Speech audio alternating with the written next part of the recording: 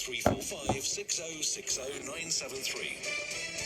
It's 21 minutes past 8 here on LBC. So Christopher Mayer is with us, former British ambassador to the US. Errol Moorcoach is here from Republicans Overseas. Ashok Kumar, lecturer at Birkbeck in International Political Economy.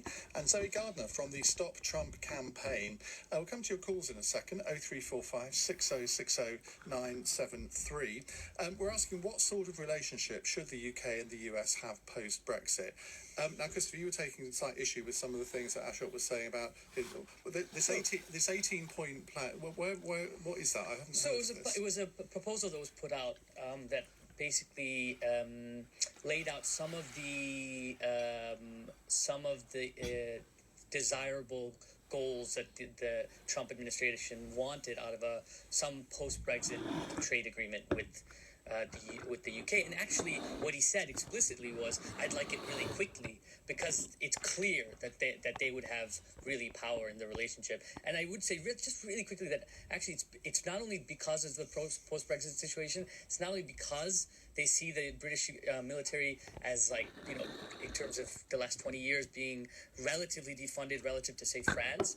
It's also that they see the British economy as extremely volatile and based on a parasitic finance capital. So for them, it's like a very advantageous position for them to try and push a trade agreement that would actually hurt workers and environmental standards and consumers in this country. Trade deals before. Australia, they did one with them. It took 15 months to do. So there is a precedent for doing trade deals quickly. And I don't remember Australians thinking they were being exploited. Because surely a trade deal is a mutual negotiation, and you don't get everything that you want. But if you don't like, it's a bit like TTIP. If you don't like something, in the end you withdraw from it. Yeah, but Ian, what would Britain get out of it more than what they're getting now? That's the question, and I can't see that many advantages. I mean, I actually agree much more with Ashok than you may imagine. But that is the key That's question. a shame. I know you're trying to create strife here. Why? But the thing is, the United States is our single most important economic partner. It's the single most important trading, as a nation, I'm not talking about the European Union now, single most important trading partner, single most important source of investment and direction of investment. You've got all this. It's not perfect, but it's absolutely booming. And we've reached a kind of perfect situation where their statistics say they're in surplus with us, and our statistics say that we are in surplus with them. So, which is a very good way to start. What can you do to improve that? There will be things that we want, but at what price? Errol, you come in here because in the end, everyone wants to get something out of a trade deal. It's got to be mutually beneficial, otherwise it's not going to happen. But of course, Donald Trump considers himself the master of the deal.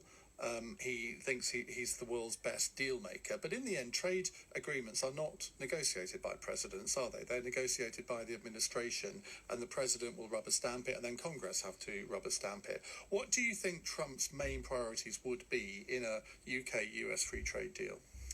Well, in the UK-US free trade deal, I think we would focus on the three main sectors of pharmaceuticals, refined petroleum, and automobiles. There's a huge financial sector that goes back and forth, as some of the counterparts here were talking about. The direct investment from the UK into the US is number one, and vice versa is second, direct investment into the UK from the US. So building upon that, what we'd like to see, obviously, on the American point of view, is our agricultural products getting in here. What we would have to take back in return for that, I'm not exactly sure. Trump will drive a hard bargain for sure. So it's kind of more in the air right now.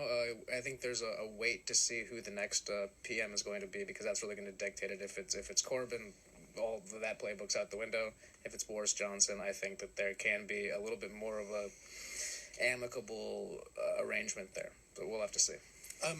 Zoe, I know trade is not necessarily your particular area here, but what do you fear from a US-UK trade deal? Well, I think what's interesting here is that obviously the Trump administration has its interests, as have been discussed really clearly here, but what they're doing in order to achieve those interests is a very underhand sort of playing into a culture war that we're already involved in here in the UK.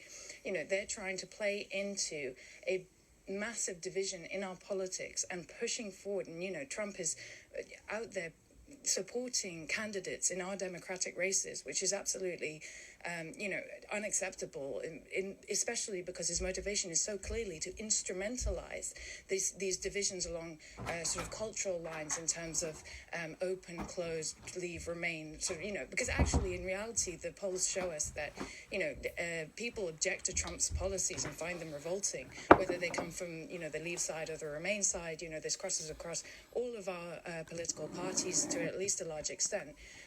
But they're trying to exploit this in order to force a situation where, for example, Farage and Johnson have a rhetorical advantage and can push these divisions further in order to then achieve these deals, this trade deal, from a position where we will be in weakness because of a no-deal scenario, where we're desperate to find any kind of favourable trade terms, and therefore that they can then push this chlorinated chicken into our market. And, obviously that's just one